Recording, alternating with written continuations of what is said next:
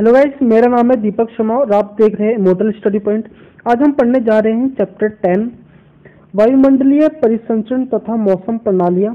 यह चैप्टर का 9वां पार्ट है। अगर आप इसके बाकी के 8 पार्ट्स को नहीं देखा है तो सबसे पहले जाकर उन्हें देखें। हम बाकी के 8 पार्ट्स के अंदर हम पढ़ चुके हैं वायुदाब से लेकर पवनों के प्रकार तक। हमने पिछले लास्ट 2 वीडियो के अंदर हम पवनों के प्रकार में हम पढ़ चुके हैं भूमंडलीय पवनें, मौसमी पवनें। आज की वीडियो में हम पढ़ने वाले हैं स्थानीय पवनों के बारे में। चलिए जानते हैं कि स्थानीय पवनें ये है क्या। देखिए, अगर हम स्थानीय पवनों को समझें तो इसकी जो सिंपल सी जो डेफिनेशन है वो ये है कि ये जो स्थानीय पवनें जो पैदा होती हैं ये किसी जगह पर तापमान में विभिन्नताओं के कारण पैदा होती हैं। यानी कि कहीं पर किसी एक पर्टिकुलर जगह पर कहीं पर तापमान ज़्यादा होगा तो कहीं पर तापमान कम होगा। इन्हीं 2 विभिन्नताओं के कारण ही ये जो स्थानीय पवनें हैं ये स्थानीय पवनें पैदा होती हैं। आप जरा से एक एग्जाम्पल की तरह से समझें। मान के चलिए कि पॉइंट ए पर और पॉइंट बी पर, ठीक है जी। मान के चलिए यहाँ पर सूर्य है और सूर्य की एक ही जैसी जो किरणें हैं वो पॉइंट ए पर पड़ रही है और सूर्य की एक जैसी किरणें ही पॉइंट बी पर यहाँ पर पड़ रही है। लेकिन किन्हीं और कारणवश, बहुत सारे कारण हो सकते हैं, वो कारण मैं आपको बाद में बताऊंगा, ठीक है। किसी और कारणवश यहाँ पर जो टेम्परेचर है वो बहुत ज़्यादा पड़ने के कारण यहाँ पर लो प्रेशर यहाँ पर क्रिएट हो रहा है, ठीक है जी। यहाँ पर लो प्रेशर क्रिएट हो रहा है और किन्हीं कारणवश यहाँ पर पॉइंट बी पर किन्हीं कारणवश यहाँ पर किसके कंपैरिजन में, पॉइंट ए के कंपैरिजन में यहाँ पर टेम्परेचर बस थोड़ा सा कम है, जिसकी वजह से यहाँ पर हाई प्रेशर क्रिएट हो रहा है, ठीक है जी। तो फिर इसमें फिर क्या होता है कि जो हवाओं का जो डायरेक्शन होता है, जो बहने की जो दिशा होती है वो कैसे होती है, वो हमेशा होता है हाई प्रेशर से लो प्रेशर की तरफ, ठीक है जी। तो जो हवाएं जो बहेंगी वो बहेंगी हमेशा हाई प्रेशर से लो प्रेशर की तरफ। तो फिर देखिए, इन्हीं विभिन्नताओं के कारण ही इनको हम क्या बोलते हैं, स्थानीय पवनें हम यहाँ पर बोलते हैं। तो फिर देखिए, सिंपल सी बात है कि ये जो स्थानीय पवनें जो पैदा होती है वो पैदा होती है किस वजह से, कि भूतल पर गर्म या ठंडे होने की विभिन्नताओं के कारण ही लोकल विंड्स का निर्माण होता है। अब देखिए, जो लोकल विंड्स के जो बहुत सारे यहाँ पर एग्जांपल मैंने यहाँ पर दे रखे हैं, जैसे कि स्थल समीर, समुद्र समीर, पर्वत समीर, घाटी समीर, लू, ये सारे के सारे जो आप जो एग्जांपल देखने को मिल रहे हैं ये सारे के सारे एग्जांपल स्थानीय पवनों के ही हैं। तो फिर चलिए हम धीरे धीरे हम स्टार्ट करते हैं कि स्थल समीर क्या होता है, समुद्र समीर क्या होता है, इसको हम धीरे धीरे यहाँ पर समझने की कोशिश हम यहाँ पर करते हैं। चलिए फिर देखिए, ये जो फोन या चिनूक है ये भी स्थानीय पवनों का ही एक एग्जाम्पल है। मिस्टर भी स्थानीय पवनों का ही एक एग्जाम्पल है। चलिए फिर स्टार्ट करते हैं समुद्र समीर से। चलिए जी, देखिए यहाँ पर जो समुद्र समीर की आपको यहाँ पर डेफिनेशन दे रखी है। पहले आप समझ लीजिए कि ये जो समुद्र समीर है, ठीक है जी, ये एक हवाओं का नाम कह लीजिए आप, ठीक है। ये जो समुद्र समीर है इसका जो इन्फ्लुएंस होता है वो होता है समुद्र तट से 20 से 30 किलोमीटर की रेंज इसकी होती है। यानी कि जितना भी जो आपको जो समुद्र समीर यानी कि सी ब्रिजेस देखने को मिलती है, इनकी इन्फ्लुएंस पावर क्या है, सिर्फ 20 से 30 किलोमीटर की इनकी इन्फ्लुएंस पावर यहाँ पर आपको देखने को मिलती है। अब देखिए, होता क्या है कि दिन के समय में, चलिए समुद्र समीर को समझाने से पहले मैं आपको यहाँ पर एक कॉन्सेप्ट मैं यहाँ पर क्लियर करवाना चाहूँगा। देखिए, जैसे कि आपको मालूम होना चाहिए कि जो पानी होता है, पानी बहुत जल्दी गर्म नहीं होता और पानी बहुत जल्दी ठंडा भी नहीं होता। पानी को गर्म होने में और ठंडा होने में दोनों ही परिस्थिति में इसको समय लगता है। लेकिन वही अगर हम इसको कंपैरिजन करें पत्थरों से, ठीक है जी, अगर हम पानी को कंपैरिजन करें पत्थर से, तो पत्थर बहुत जल्दी ठंडा भी हो जाता है और बहुत जल्दी गर्म भी हो जाता है, ठीक है। तो ये जो छोटा सा जो सिंपल सा जो कॉन्सेप्ट है ये आपको समुद्र समीर को समझने में आपको थोड़ी सी ये हेल्प मिलेगी। तो देखिए, होता क्या है कि समुद्र तट के किनारे पर दोपहर के टाइम या फिर सुबह के टाइम आप मान लीजिए जब सूर्य की किरणें जब पड़ती हैं, ठीक है जी, तो फिर होता क्या है कि जो पत्थर होते हैं पत्थर बहुत जल्दी गर्म हो जाते हैं, ठीक है जी। अब देखिए, जो सूर्य की जो किरणें पड़ रही हैं, ये मान के चलिए मैं आपको, ये पॉइंट ए है, ठीक है। जो पॉइंट ए को मान लीजिए कि जमीन है, मैं इसको यहाँ पर लिख देता हूँ लैंड, ठीक है। और पॉइंट बी है, पॉइंट बी को आप मान लीजिए कि यह है समुद्र। अब देखिए, जो पॉइंट ए है यानी कि जो जमीन है, जमीन पर भी इतना ही टेम्परेचर पड़ रहा है, इतना ही किरणें सूर्य की पड़ रही है और पॉइंट बी पर भी उतना ही सेम टू सेम आपको किरणें पड़ रही हैं, लेकिन क्या है कि जो जमीन है, जमीन बहुत जल्दी गर्म हो जाएगी, ठीक है, लेकिन जो पानी है, पानी को गर्म होने में क्या लगता है, समय लगेगा। तो फिर देखिए जमीन के बहुत जल्दी गर्म हो जाने के कारण यहाँ पर किस तरह का प्रेशर क्रिएट होगा, यहाँ पर क्रिएट होगा लो प्रेशर, ठीक है जी। और वही जो हमारी जो जो समुद्र है, समुद्र को गर्म होने में समय लगेगा, ठीक है जी, जिसकी वजह से यहाँ पर ये जो पानी है ये बहुत जल्दी गर्म नहीं हो पाएगा, जिस वजह से यहाँ पर किस तरह का प्रेशर क्रिएट होगा, यहाँ पर होगा हाई प्रेशर यहाँ पर क्रिएट होगा, ठीक है जी।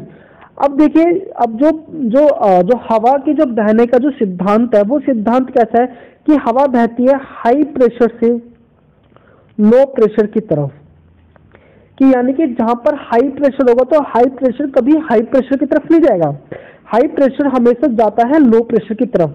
अब जरा आप मुझे बताइए कि हाई प्रेशर कहां पर पैदा हो रहा है, सुबह के टाइम से लेकर दोपहर के टाइम तक की मैं यहाँ पे बात कर रहा हूँ। तो दोपहर के टाइम तक जो हाई प्रेशर क्रिएट हो रहा है वो हो रहा है समुद्र की तरफ, ठीक है जी, और जो लो प्रेशर क्रिएट हो रहा है वो हो रहा है जमीन की तरफ। तो फिर आप बताइए कि जो हवाएं है, हवा कहाँ से लेके कहाँ तक चलेगी, तो फिर हवा चलती है हाई प्रेशर से लो प्रेशर की तरफ, यानी कि जो हवा चलेगी वो चलेगी समुद्र से जमीन की तरफ, ठीक है जी। तो फिर देखिए जब हवा समुद्र से जमीन की तरफ जब बहती है तो इस प्रक्रिया को हम क्या बोलते हैं, समुद्र समीर, यानी कि हम इसको बोलते हैं ब्रिजेस, सी ब्रिजेस हम इसको बोलते हैं, ठीक है जी। चलिए फिर, अतः स्थल पर निम्न वायुभार तथा समुद्र पर उच्च वायुभार की स्थिति उत्पन्न हो जाती है। तो ये तो मैंने आपको यहाँ पर मैं आपको बता चुका हूँ। इस प्रकार दिन के समय समुद्र से स्थल की ओर आर्द्र, यहाँ पर आर्द्र लिखा हुआ है, ठीक है जी, आर्द्र तथा ठंडी वायु चलती है जिसे समुद्र समीर हम कहते हैं। तो ये मैं आपको क्लियर करवा चुका हूँ, ठीक है जी। चलिए फिर आगे की तरफ बढ़ते हैं। अब है हमारा स्थल समीर, जिसको हम क्या बोलते हैं, लैंड ब्रिजेस हम इसको यहाँ पर बोलते हैं। तो फिर देखिए, इससे पहले हम पढ़ रहे थे समुद्र समीर के बारे में। तो समुद्र समीर की जो स्थिति थी वो कैसी थी, वो थी दोपहर के टाइम की, हम वहां पर बात कर रहे थे, है ना। दोपहर के टाइम क्या होता है, दोपहर के टाइम जमीन बहुत जल्दी गर्म हो गई थी, जिसकी वजह से जमीन पर लो प्रेशर बन गया था, है ना। और जो समुद्र होता है, मैंने आपको बताया था कि जो पानी की जो कैरेक्टरिस्टिक्स होते हैं, ये ना तो बहुत जल्दी गर्म होते हैं, ना ही बहुत जल्दी ठंडे पड़ते हैं, जिसकी वजह से यहाँ पर समुद्र पे क्या बनाता है, हाई प्रेशर दोपहर के टाइम। अब आएगी रात की स्थिति। रात के समय ये बिल्कुल स्थिति चेंज हो जाएगी। देखिए, जैसे मैंने कहा था कि जो पत्थर होते हैं, ये या जो जमीन होती है, ये बहुत जल्दी गर्म होती है, बहुत जल्दी ठंडी होती है। रात के समय में टेम्परेचर कर जाएगा लूज, जिसकी वजह से जमीन बहुत जल्दी क्या हो जाएगी, ठंडी हो जाएगी, ठीक है। अब देखिए, जैसे कि मैंने आपको बताया था कि जो पानी होता है वो बहुत जल्दी ना तो ठंडा होता है और ना ही बहुत जल्दी गर्म होता है। तो क्या था कि सुबह से लेके शाम तक जितना भी पानी को टेम्परेचर मिला, वो टेम्परेचर उसने एब्जॉर्ब करके रखा, ठीक है। अब जैसे कि अगर आप पानी को उबाल करके रख दो तो ऐसे नहीं कि वो एकदम से ठंडा हो जाएगा, पानी को ठंडा होने में समय लगता है, ठीक है। तो फिर हम कह सकते हैं कि जो रात के समय में भी और समुद्र के अंदर थोड़ी बहुत यहाँ पर हीट होगी, ठीक है, लेकिन क्या है कि जो जमीन है वो पूरी तरह से ठंडी हो चुकी है। अब देखिए, अब यहाँ पर क्या है, यहाँ पर स्थिति यहाँ पर पलट चुकी है कि जो जमीन है, जमीन पर यहाँ पर बन जाएगा हाई प्रेशर बन जाएगा, ठीक है जी। और जो समुद्र है, समुद्र में बन जाएगा यहाँ पर लो प्रेशर, क्योंकि जमीन के कंपैरिजन में जो समुद्र है उसके पास थोड़ी सी हीट है और जमीन बहुत ज्यादा ठंडी हो चुकी है। अब जो यहाँ पर जो हवा बहेगी कहाँ से, जमीन से समुद्र की ओर, क्योंकि जमीन पर बन चुका है हाई प्रेशर और समुद्र में बन चुका है लो प्रेशर, जिसकी वजह से जो हवा की जो डायरेक्शन होगी वो होगी हाई प्रेशर से लो प्रेशर, यानी कि जमीन से समुद्र की ओर हवा यहाँ पर बहना शुरू कर देगी, ठीक है। तो जब जमीन से समुद्र की तरफ बहती है तो इस प्रक्रिया को हम क्या बोलते हैं, इसको हम बोलते हैं स्थल समीर, यानी कि हम इसको बोलते हैं लैंड ब्रिजेस, हम इसको यहाँ पर बोलते हैं। चलिए फिर, मैं उम्मीद करता हूँ कि आपको लैंड ब्रिजेस यानी कि स्थल समीर आपको समझ में आ गया होगा। चलिए फिर आगे बढ़ते हैं। मैं आपको यहाँ पर पहले ही क्लियर करवा दूं कि जो अभी हम जितने भी टॉपिक पढ़ने वाले हैं वो सारे की सारे टॉपिक पर स्थानीय पवनों के ही एग्जाम्पल होंगे, ठीक है जी। जैसे कि अभी हम पढ़ चुके हैं स्थल समीर पढ़ चुके हैं, समुद्र समीर हम यहाँ पर पढ़ चुके हैं, और जितने भी हम यहाँ पर प्रकार पढ़ेंगे वो सारे के सारे स्थानीय पवनों के ही एग्जाम्पल यहाँ पर होंगे। चलिए फिर आगे बढ़ते हैं। अब हम यहाँ पर पढ़ने वाले हैं घाटी समीर। ठीक है जी, इसको हम क्या बोलते हैं, इसको इंग्लिश में हम बोलते हैं वैली ब्रिजेस। चलिए फिर पढ़ते हैं क्या लिखा है इसके अंदर। पर्वतीय प्रदेशों में दिन के समय घाटी की वायु गर्म हो जाती है। देखिए ये हम यहाँ पर एक स्ट्रक्चर बना लेते हैं। ठीक है जी, तो ये है हमारे पहाड़, और जो इसका ये वाला जो पार्ट है,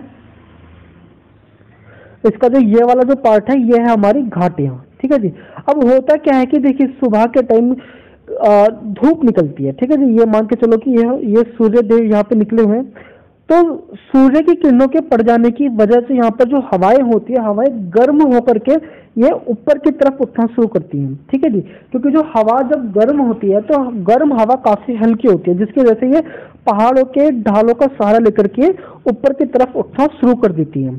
इसी को ही हम क्या बोलते हैं, घाटी समीर बोलते हैं।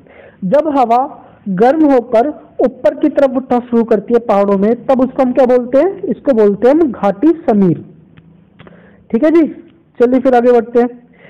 यह वायु ऊपर जाकर ठंडी हो जाती है और कई बार दोपहर के बाद वर्षा भी करती है। देखिए जैसे कि आपको मालूम है कि जब हवा जब ऊपर की तरफ उठेगी तो ऊपर की तरफ उठने से क्या होगा कि हवा के अंदर नमी बढ़ती चली जाएगी। ठीक है जी, और हवा ठंडी होती चली जाएगी, जिसकी वजह से हवा भारी हो जाती है और कई बार ये पहाड़ों में वर्षा का भी यहाँ पर काम करती है। चलिए फिर आगे बढ़ते हैं। घाटी समीर आपको समझ में आ गया। घाटी समीर के अंदर क्या है कि जो हवाएं हैं वो गर्म होकर ऊपर की तरफ उठना शुरू करती है, और उन्हीं को हम क्या बोलते हैं, घाटी समीर हम इनको बोलते हैं। चलिए फिर आगे बढ़ते हैं। अब है पर्वत समीर, यानी कि माउंटेन ब्रिजेस। देखिए इसमें होता क्या है, रात्रि के समय पर्वत के ऊपर की वायु शीघ्र ठंडी होकर भारी हो जाती है। अभी हमने पढ़ा था, क्या पढ़ा था अभी हमने, घाटी समीर अभी हमने यहाँ पर कवर करवाया था। तो घाटी समीर में क्या था जी, घाटी समीर में यह था कि दोपहर के टाइम हवा गर्म होकर के ऊपर की तरफ यहाँ पर ये उठ रही है। ठीक है जी, अब हो चुकी है रात। रात के समय में जो हवा है, हवा का टेम्परेचर काफी गिर जाएगा, जिसकी वजह से हवा काफी भारी हो जाएंगी। और जैसे कि आपको मालूम है कि जब भारी हवा है, जब हवा का वेट बढ़ेगा तो हवा अब नीचे की तरफ उतरना शुरू कर देगी। ठीक है, और इसी को ही हम क्या बोलते हैं, इसी को ही हम बोलते हैं पर्वत समीर। यहाँ पर ध्यान दीजिए कि जो पर्वत समीर में क्या है, हवा भारी होकर के रात के समय नीचे की ओर उतरती है। ठीक है जी, इसी को हम बोलते हैं पर्वत समीर। और जब हवा गर्म होकर के ऊपर की तरफ उठेगी तो इसको हम क्या बोलेंगे, घाटी समीर हम इसको यहाँ पर बोलेंगे। चलिए जी फिर आगे बढ़ते हैं। अब आगे है लू। देखिए जो उत्तर भारत में जो लोग रहते हैं और जो पाकिस्तान के अंदर जो लोग रहते हैं, उनको उन लोगों को पता है कि लू क्या होती है। देखिए जो लू होती है, ये हवा काफी गर्म होती है, और ये कब से लेकर कब तक चलती है, ये मई तथा जून के महीने में चलती है। ठीक है, और ये हवा कैसी थी, ये काफी गर्म होती है और काफी ड्राई हवा होती है। ठीक है, इसके अगर हम डायरेक्शन की बात करें तो ये हवा चलती है पश्चिम दिशा की ओर, ये हवा चलती है, और इसी को हम क्या कहते हैं, लू कहते हैं। इसका जो अगर हम टेम्परेचर की बात करें तो ये 39 से लेकर 50 डिग्री तक इसका यहाँ पर टेम्परेचर यहाँ पर इसका हो सकता है। वैसे 50 तो नहीं, मिनिमम ये 45, सॉरी ये मैक्सिमम ये 45 डिग्री तक इसका टेम्परेचर हो सकता है। ठीक है जी। था चिनूक को।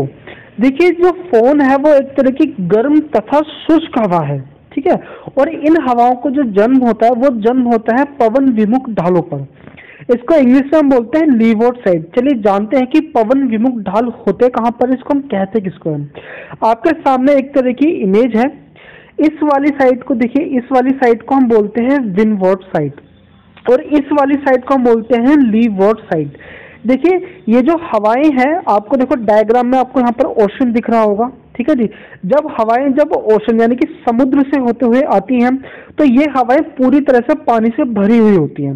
यानी कि ये जो हवाएं हैं, जब ये हवाएं जब पहाड़ों से टकराती हैं या फिर पहाड़ों से टकरा करके ऊपर की ओर उठती हैं, इस तरफ उठती हैं, तब यहाँ पर ये हवाएं वर्षा करती हैं। कहाँ पर वर्षा करती हैं, ये हवाएं वर्षा करती हैं विंडवर्ड साइड पर। ठीक है जी, जब ये हवाएं जब यहाँ पर वर्षा करने के बाद जब ये इस वाली साइड पर पहुंचती हैं तो इन हवाओं के अंदर आर्द्रता यानी कि जल काफी कम होता है, क्योंकि सारे के सारे जो आर्द्रता होती है वो विंडवर्ड साइड पर ही खत्म हो जाती है, क्योंकि यहाँ पर वर्षा होती है। और जब ये हवा जब विंडवर्ड साइड को क्रॉस करती हुई जब ये इस वाली साइड पर आती है, ठीक है जी। किस वाली साइड पर आती है? ये आती है लीवॉर्ड साइड पर। जब ये हवाएं आती हैं तो यहाँ पर ये हवाएं वर्षा नहीं करवा पाती हैं, क्योंकि यहाँ पर ये हवाएं कैसे हो जाती है? शुष्क हो जाती हैं। ठीक है जी। तो फिर इस वाली साइड को हम बोलते हैं लीवॉर्ड साइड, क्योंकि यहाँ पर हवाएं देखो किसी तरह से यहाँ पर हवाएं नहीं टकराती हैं। हवाएं कहाँ पर टकराती हैं? ये टकराती है विंडवर्ड साइड पर। और इसको हम हिंदी में क्या बोलते हैं? विंडवर्ड साइड को हम हिंदी में बोलते हैं पवनाभिमुख साइड, हम इसको यहाँ पर बोलते हैं। तो फिर देखिए लीवॉर्ड साइड पर ये हवाएं कैसे हो जाती है? ये हवाएं यहाँ पर आते आते पूरी तरह से शुष्क हो जाती हैं। ठीक है जी। अब देखिए इन हवाओं का जो टेम्परेचर है वो होता है 15 डिग्री से 20 डिग्री सेल्सियस तक यहाँ पर इनका तापमान होता है। अब देखिए जब ये इतनी गर्म हवाएं हो जाएंगी और ड्राई हो जाएंगी, तब जब ये हवाएं जब बर्फीली जगहों पर जाती हैं तो फिर ये हवाएं बर्फ को पिघलाने का काम करती हैं। ठीक है जी। जिसकी वजह से जब वहां पर बर्फ पिघल जाएगी तो वहां पर पशुओं को चढ़ने के लायक उनको क्या मिल जाएगी? सुविधा मिल जाएगी। ठीक है। और गर्म हवा से वहां पर अंगूर भी शीघ्र ही पक जाते हैं। चलिए फिर आगे बढ़ते हैं। तो इसी को हम क्या बोलते हैं? इसी को हम फोन बोलते हैं और इसी को हम चिनूक बोलते हैं यहाँ पर। ठीक है जी। और हम इसको चिनूक किस लिए बोलते हैं? क्योंकि जहां पर ये हवाएं जो गर्म हवाएं जो बहती है, ये बहती है रॉकी पर्वत एरिया पर बहती हैं। ठीक है। और वहाँ के जो लोकल्स है, वहाँ के लोकल्स वहाँ के इन हवाओं को क्या यूज करते हैं? चिनूक शब्द यूज करते हैं। क्योंकि चिनूक का जो मतलब होता है, चिनूक का मतलब होता है हिमभक्षी, यानी कि बर्फ को खाने वाला। ठीक है। क्योंकि जब गर्म हवाएं चलती है तो बर्फ यहाँ पर पिघलती है, इसलिए इसको हम क्या बोलते हैं? स्नो ईटर बोलते हैं। इसको हम चिनूक बोलते हैं यहाँ पर इन हवाओं को। ठीक है जी। चलिए फिर आगे बढ़ते हैं। अब है हमारा जो नेक्स्ट टॉपिक है वो है मिस्ट्रल। ठीक है। तो मिस्ट्रल क्या है? तो देखिए पहले हम पढ़ रहे थे चिनूक। चिनूक क्या है? वो एक तरह की गर्म हवा थी जिससे क्या थी? बर्फ पिघल रही थी। लेकिन ये जो मिस्ट्रल है ये कैसी है? ठंडी हवा है, ठंडी और एकदम शुष्क हवा है। ठीक है। और जो भी आप इसके आगे पढ़ोगे वो उसके आप लोकेशन पढ़ने वाले हैं। अगर आपसे पूछा जाए कि मिस्ट्रल क्या है, तो मिस्ट्रल एक तरह की क्या है? ठंडी और ड्राई, यानी कि ठंडी और शुष्क ये हवा होती है नेचर में। और बाकी की इसके हम लोकेशन यहाँ पर पढ़ेंगे। तो देखिए इसकी जो लोकेशन है ये है, ये हवा बहती है नॉर्थ में बहती है। ठीक है जी। अब जब इस हवा की जो कैरेक्टरिस्टिक जो चरित्र वो ठंडा है, तो इसलिए ये हवाएं कौन से मौसम में बहती होंगी? ऑब्वियसली ये शीत ऋतु में ये हवा बहती होगी। ठीक है। ये हवा कहाँ से आती है? ये आती है उच्च भूमियों से। ये हवा आती है कहाँ से? हिमाच्छादित पर्वतों से उतरकर। जो आपने बर्फ वाले पहाड़ देखे होंगे ना, ये हवाएं उन बर्फ वाले पहाड़ों से उतरती हुई ये रोन नदी की घाटियों से गुजरती है और कहाँ पर आती है? फ्रांस के भूमध्य सागर तक ये हवा बहती है। तो देखो इसकी लोकेशन दे रखी है। अगर आपको इसकी लोकेशन याद नहीं हो रही तो इसमें कुछ डरने वाली इसमें कोई बात नहीं है। अब बस आपको ये पता होना चाहिए कि मिस्ट्रल क्या है। ये एक तरह की क्या है? ठंडी और शुष्क वायु है। ठीक है। आपको इसकी अगर लोकेशन याद नहीं है तो कोई बात नहीं, कोई टेंशन लेने वाली बात नहीं है। तो फिर यहाँ पर आपका स्थानीय हवा वाला जो टॉपिक है ये यहाँ पर होता है खत्म। तो फिर आपको वीडियो यहाँ पर कैसी लगी आप मुझे कमेंट करके बताइए। चैनल को सब्सक्राइब कीजिए। धन्यवाद।